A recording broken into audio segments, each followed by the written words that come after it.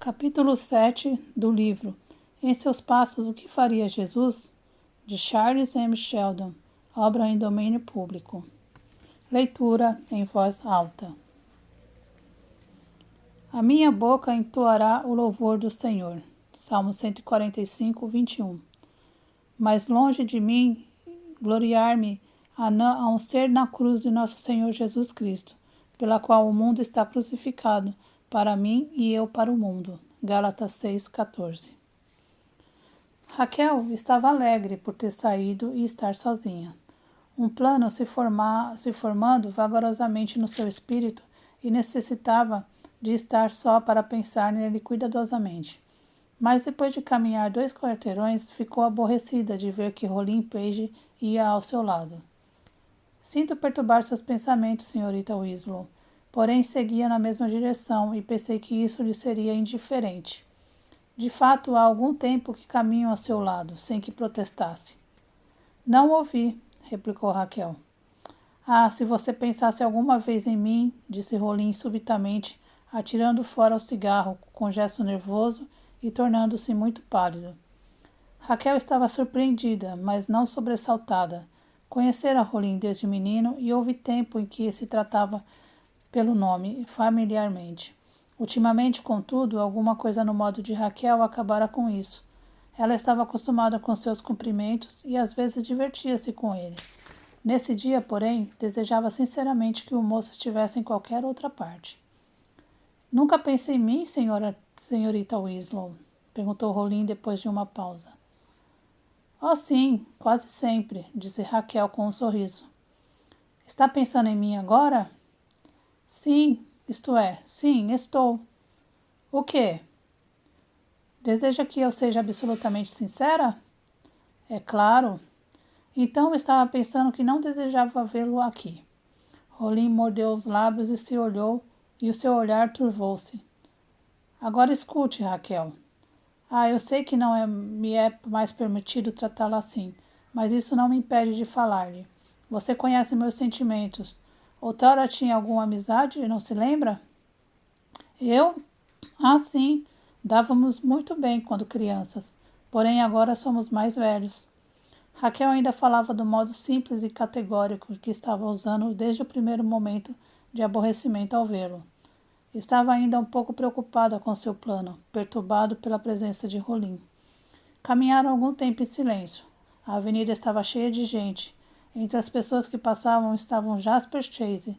Este viu Raquel e Rolim e cumprimentou-os. Rolim observava Raquel. Desejava ser Jasper Chase, quem sabe teria um pouco mais de sorte, disse ele tristemente. Raquel corou involuntariamente. Nada disse, mas apressou um pouco o passo. Rolim parecia resolvido a dizer alguma coisa e Raquel parecia não ter recursos para evitar que ele a dissesse. Você conhece, Raquel, perfeitamente os meus sentimentos a seu respeito. Haverá alguma esperança? Eu poderei fazê-la feliz? Amo-a há bom número de anos. Ora, quantos anos pensa que tenho? Interrompeu Raquel com um sorriso nervoso. Ela já estava perdendo a austeridade costumeira.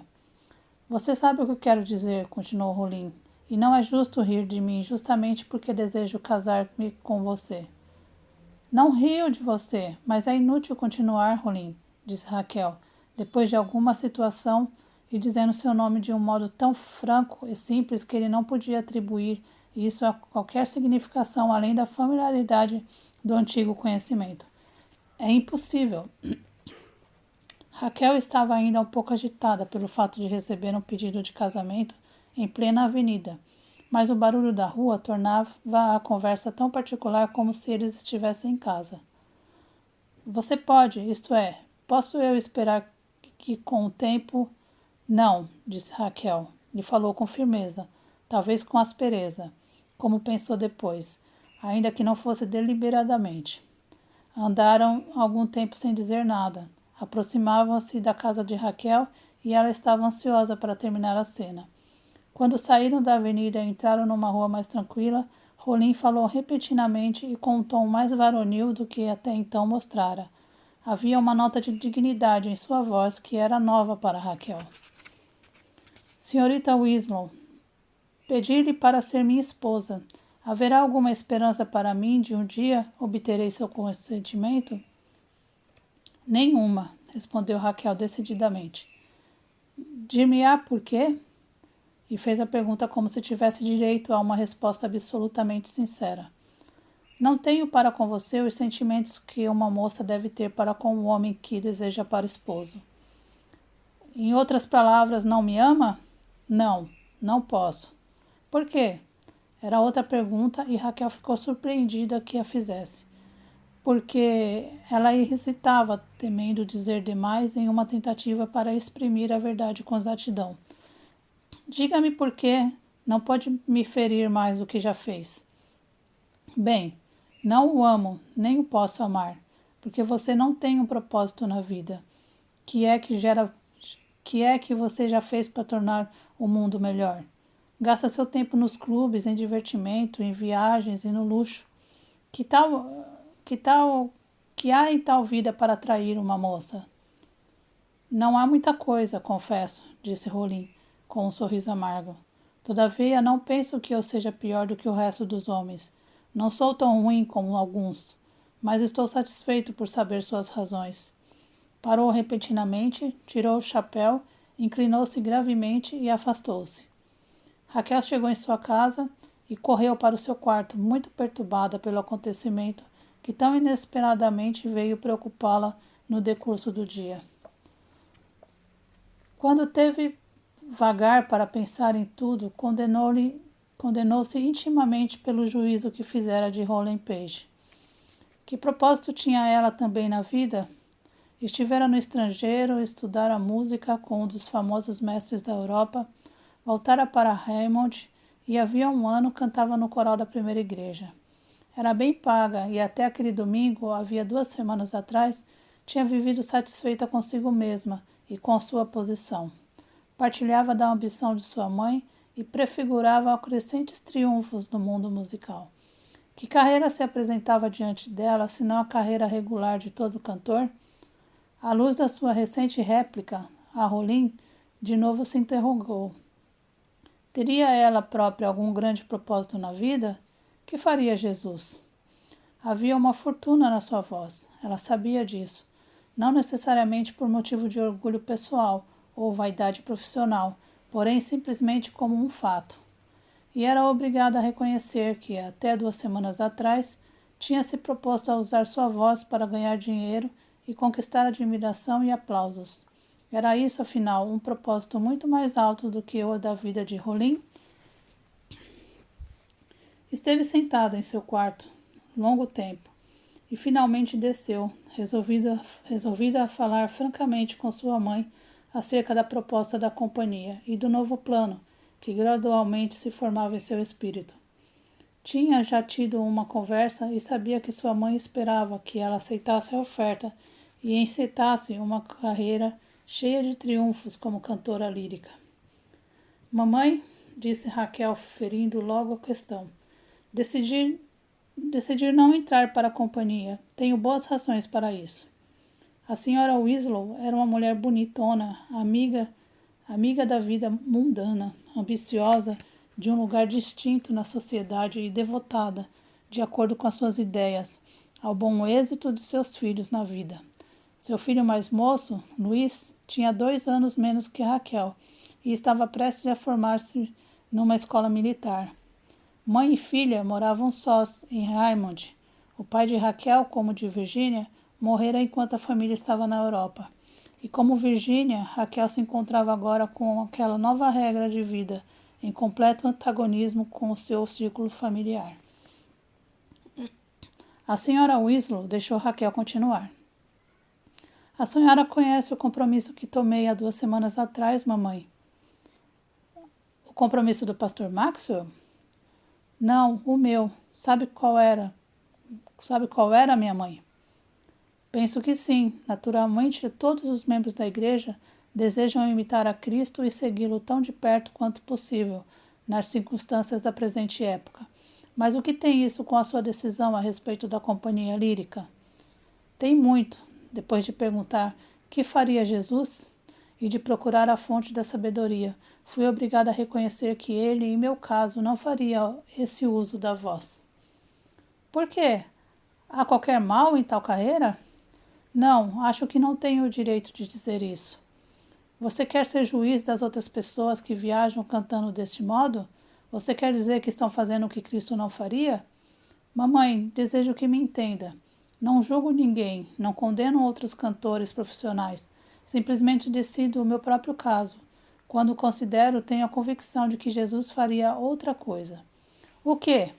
A senhora Weasley não perdera ainda a calma. Não compreendia a situação, nem Raquel, no meio de tudo isso.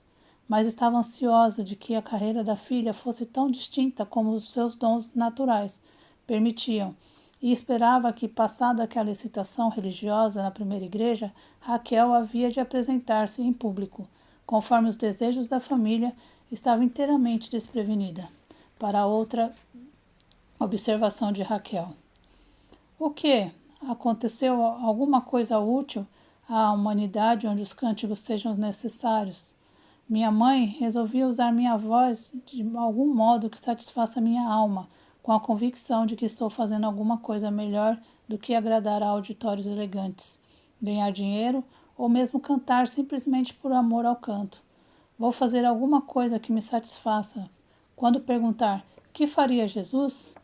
Não fico contente e nem posso ficar quando me imagino cantando como artista de uma companhia lírica. Raquel falava com um vigor e uma veemência que surpreenderam sua mãe. Mas a senhora Winslow estava agora zangada e ela nunca procurara esconder seus sentimentos. Isso é absurdo, Raquel. Você está fanatizada. O que é que você pode fazer? O mundo tem sido servido por homens e mulheres que lhes têm dedicado outros talentos. Por que razão eu fui abençoada com o dom natural? Iria mercantilizá-lo e ganhar com ele todo o dinheiro possível? A senhora mamãe me ensinou a pensar na carreira musical, visando sempre o triunfo social e financeiro. Mas eu não posso, desde que tomei meu compromisso há 2 semanas atrás, imaginar Jesus unindo-se a uma companhia lírica para fazer o que eu faria e viver a vida que eu viveria se ela me unisse.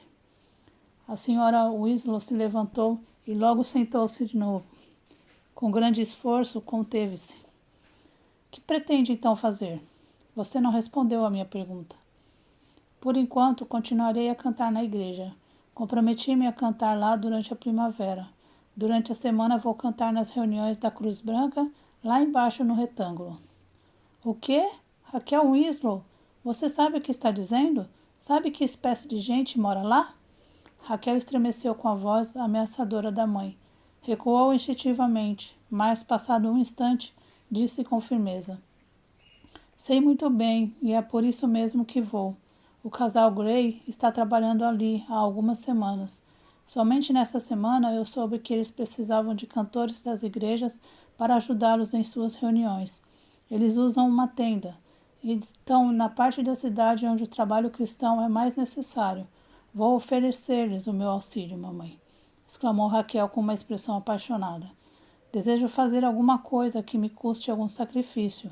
Sei que a senhora não me compreende, porém estou ansiosa por sofrer alguma coisa.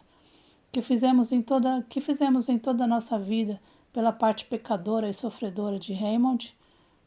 Quanto nós temos abnegado e quantas vezes temos deixado nossos prazeres e comunidades pessoais para ser bênção no lugar em que vivemos ou imitar a vida do Salvador no mundo? Havemos de continuar a viver como quer a sociedade egoísta, movendo-nos em seu acanho círculos de prazeres e entretenimentos, e não conhecendo nunca o sacrifício das coisas difíceis? Está me pregando um sermão? Perguntou a senhora Winslow, vagarosamente. Raquel entendeu as palavras de sua mãe e levantou-se. Não, estou pregando a mim mesma, respondeu gentilmente. Esperou um momento, pensando que sua mãe lhe diria mais alguma coisa, e depois saiu da sala. Quando chegou ao seu quarto, compreendeu que não podia esperar de sua mãe nem simpatia e nem uma clara compreensão de sua nova vida. Ajoelhou-se. Poder-se-ia dizer com segurança que, naquelas 2 semanas desde que a igreja de Henrique Maxwell enfrentar aquele vulto miserável com o chapéu desbotado nas mãos, mais membros da sua igreja dobraram os seus joelhos em oração do que durante todo o decurso anterior do seu pastorado. Quando Raquel se levantou, de sua bela face estava umedecida de lágrimas. Sentou-se pensativa por um momento e depois escreveu um bilhete a Virginia Page. Mandou-o por um mensageiro. Desceu outra vez e disse à sua mãe que ela e Virginia iam ao retângulo naquela noite para ver o Sr. Gray e sua esposa, os evangelistas. O tio de Virginia, do Dr. West, irá conosco. Pedi a ela para convidá-lo pelo telefone. O doutor é amigo dos Grays e assistiu a algumas das reuniões no último inverno.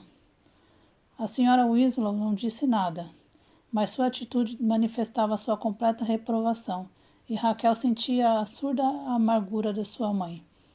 Mais ou menos às 7 horas, o doutor e Virginia apareceram, e os três partiram juntos para o local das reuniões da Cruz Branca. O retângulo era a parte mais corrompida de Raymond. Estava perto das oficinas da estrada de ferro. Os botequins de Raymond despejavam no retângulo seus piores elementos. Era um campo estéril, usado no verão, pelos circos de cavalinhos e pelos saltimbancos ambulantes, e cheio de botequins, casas de jogos, hospedarias sujas e baratas e casas de pensão. Primeira igreja de Raymond nunca tocara no problema do retângulo.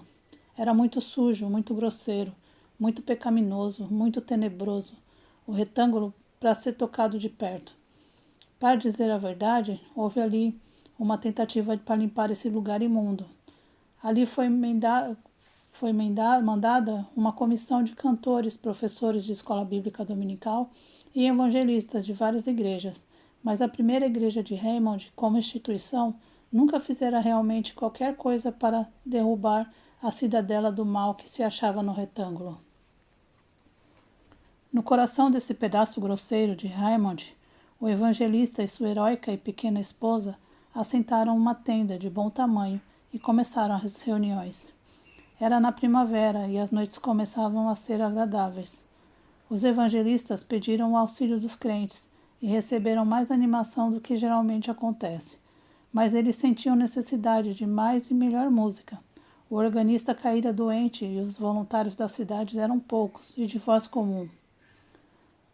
Haverá pouca gente esta noite, João, disse a esposa, quando entraram na tenda um pouco depois das 7 horas e começaram a arranjar as cadeiras e acender os lampiões.